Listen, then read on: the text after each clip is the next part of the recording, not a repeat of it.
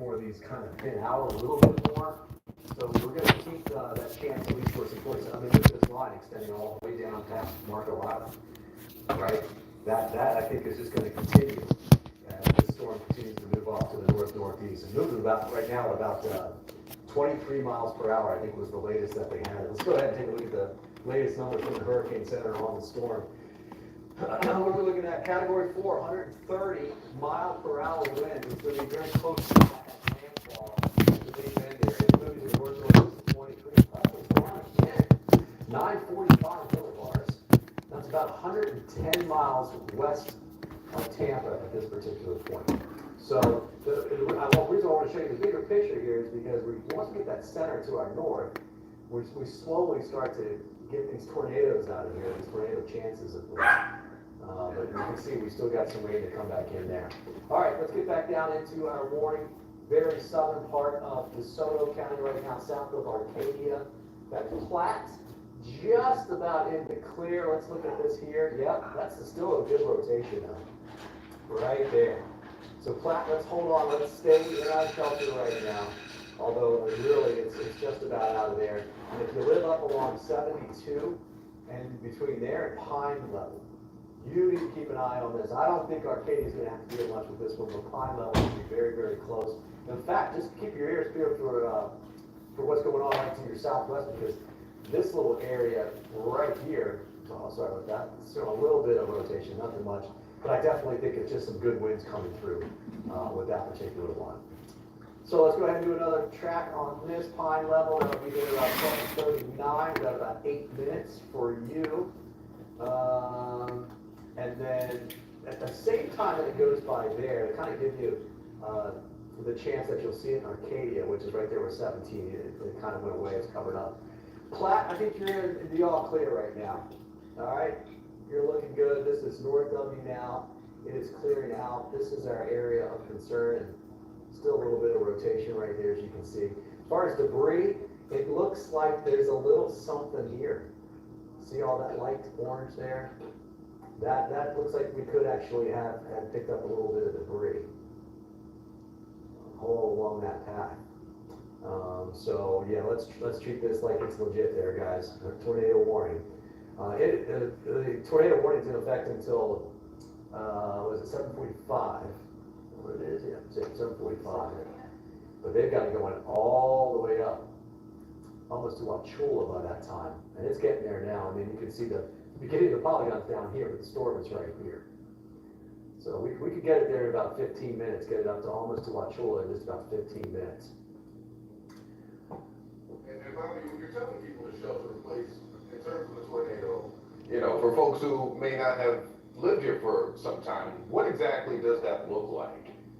So basically, first floor, right? Welcome to Florida, we don't have basements.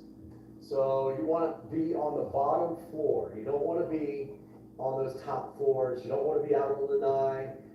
You don't want to be anywhere where you've got some kind of elevation. You want to be inside. And when you do go inside, you want to put as many walls basically between you and the outside world. And back in the day, we'd always say, go to the bathroom. The bathroom has all, metal pipes and stuff like that.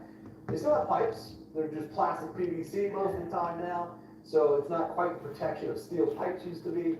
But iron pipes, but definitely it's still a great place to be because it's a small confined area. And generally you don't have too many windows on the bathroom, so that's a good place to be. And what you want to do really is you turn up your radio or your TV, excuse me, before you get in there, because that way you can hear us telling you when the all clear is, right? Be able to tell, especially if you've got kids, you want to bring games in there, that type of stuff, give them to do. Kind of distract them, because look, these are legit, and so many people that we talk to when we're on TV that hear our voice, and the odds of it hitting that one house that's listening, compared to everybody else is so small, but that's what it does. Actually quite rare. Normally you see that over on the other side of the world, in the Pacific Basin, and also in the Philippines area. Real quick before we move forward, I wanted to give you a brief update on the rest of the tropics. There was Tropical Storm Isaac that will move away from the United States, and we do have to talk about two.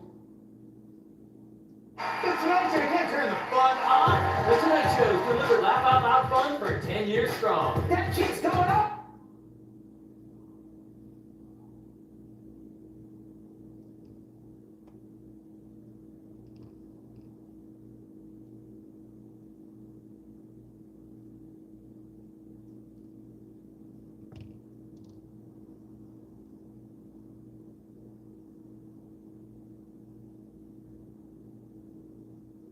Is on the left side of the eye, quote unquote, the weaker side.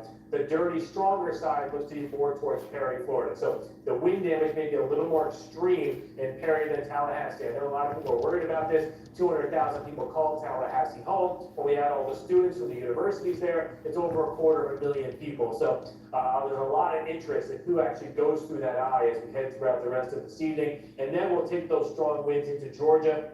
As of the latest observations in the latest track, it does look like the highest winds will be east of Atlanta. So that means more trees down outside of the metro area. So that may be good news for people worried about losing power in Atlanta.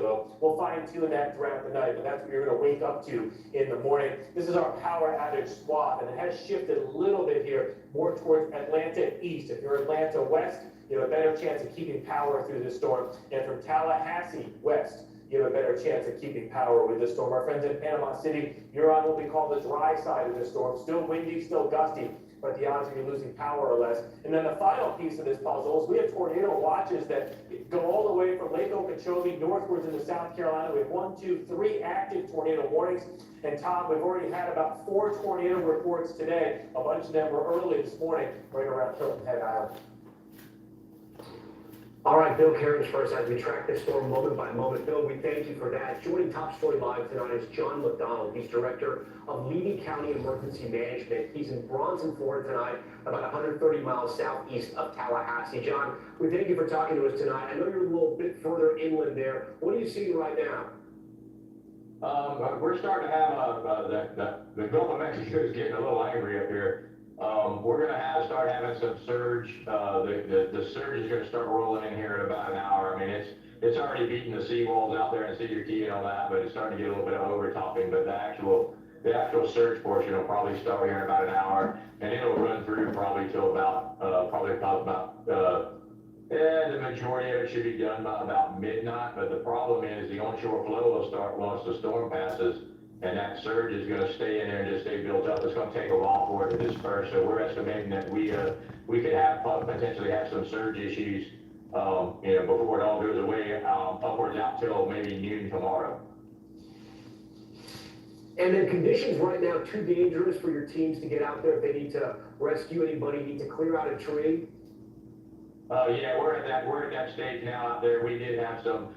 We take emergency vehicles off the road at 40 miles an hour.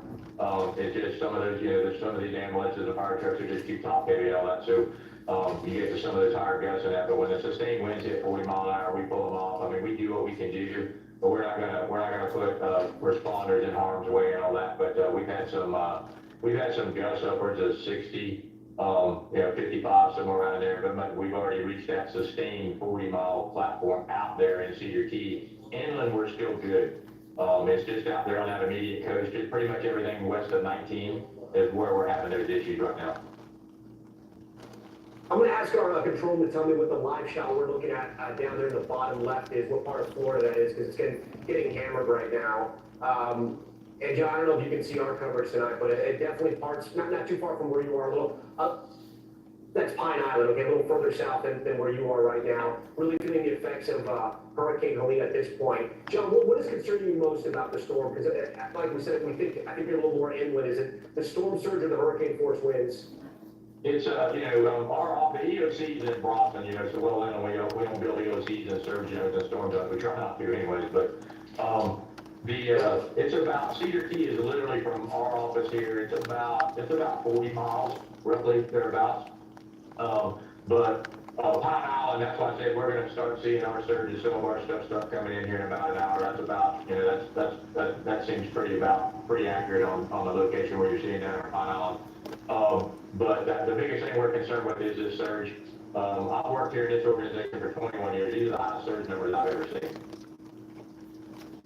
Yeah, no, they're scary. And like the National Hurricane Center said, they are quote, unsurvivable. Okay, John McDonald, Director of Leading County Emergency Management, we thank you so much. Our coverage from the storm zone continues. Hurricane Helene barreling towards Florida's Big Bend. Dramatic images as storm surge begins to inundate communities. This as just the beginning of what's expected to be a catastrophic storm rolls into Florida. Much more from Tallahassee when we return.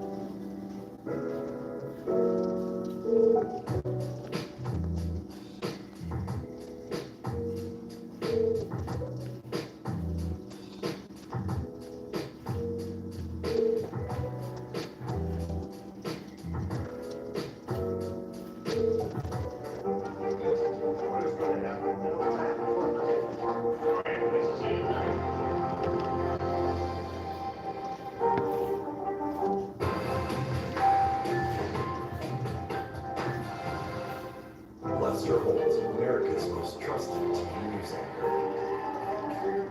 News lives in the now. Look at this. You can't see anything. Let's break down what we know. You gotta see this. News for the generation of now is NBC News Now. We are back now with a special coverage of Hurricane